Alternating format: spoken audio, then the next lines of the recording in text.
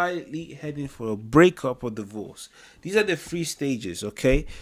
And I want you to understand that these are the signs that I have spotted after working with countless of people in their relationship individually so that they can seek better outcomes in life and in their endeavors. But most importantly, this is how I have been able to understand the one thing and one thing only. Divorce happens way before anyone notices in that room. And it starts as seeds and then becomes this tree that cannot be ignored. Okay? So the first bit or the sign of the tree is stage one. And stage one is the polite distance, right? That's when you start to see that there's less laughter, less, more I'm fine, less touch, less connection.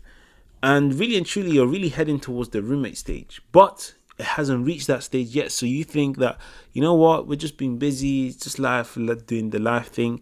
And a lot of people can recover from this. That's the truth. The truth of the matter is that if you can have regular weekly catch-ups where you're noticing that, you know what, I'm not living up to my values, they're not living up to my values, how can we get ourselves back into that energy space that allows us to feel excited about ourselves first and then about the connection?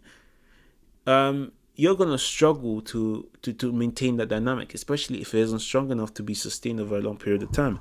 But then stage two is where things get worse, because this is where instead of you fixing stage one, you decided to not repair it and you allowed it to extend itself. And stage two is the roommate stage. This is where you now start to keep count because of how intense it's getting. Your partner feels uncomfortable, they feel uncomfortable. This is where you start to debate and fight your way through and sort of say things like, you know what, listen, I don't think you're making any sense here. And don't get me wrong, there's healthy conflict, okay, and then there's conflict that doesn't get resolved, that spirals into the next phase, which is even worse than just letting things be. So this is where you're not even solving issues anymore, right? You're not even trying to win. Say you're literally just trying to survive and protect yourself. That's literally it. You've become a roommate, and what's happened is that you guys are both trying to control the emotional outcome.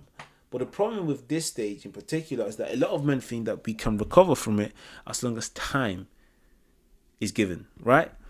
And then we have the exit, which is stage three. This is where she stops asking for help, she stops complaining, she becomes calm and cold, and she starts making solo plan. What this means is that she's not trying to fix it, she's detached without drama. This is the worst part, because this is when she's detached emotionally and she's now on the verge of detaching physically.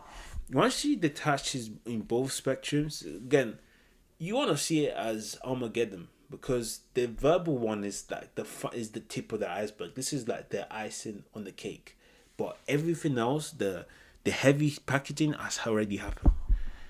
So a lot of people don't realize this, so they get blindsided. And I need you to understand that stage 2 or 1 is the time to take action. Stage 2 or 3, avoided, is where the aftermath becomes catastrophic. A lot of people don't come back from stage 3.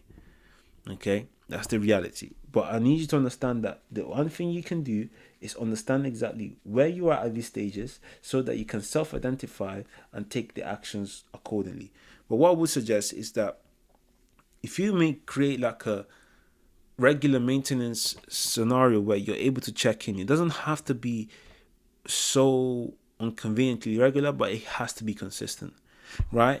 And then you just focus on recalibrating yourself and getting yourself into a space where you check in with each other, you check in whether your values align, whether what you're building, what are you building, how can we put it together, and work towards a common goal, right? These are all things that are so important for you to get yourself back into shape.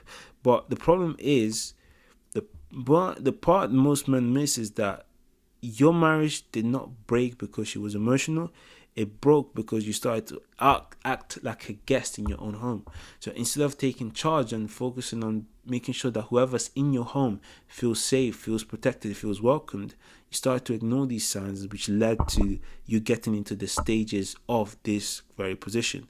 Now, this is something that both genders are responsible for, don't get me wrong. I just work mostly with men, but I have started working with women. So what I'm saying is this, right?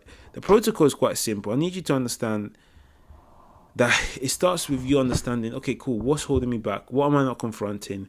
And then from there, you go into what is it that needs to be said so clearly and simply that the other person can not necessarily agree with, but at least have some time to think about, right? And then you sort of focus on making sure you're not begging, no essays, no performance, because the boundaries itself are going to stand or represent the boundaries and respect you have for yourself.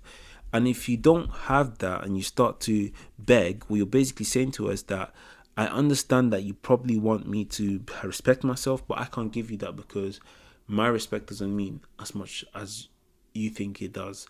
And because of that, she now goes into a space where she's now like, ugh, I can't respect someone that doesn't respect himself because that person cannot protect me if they can't protect themselves.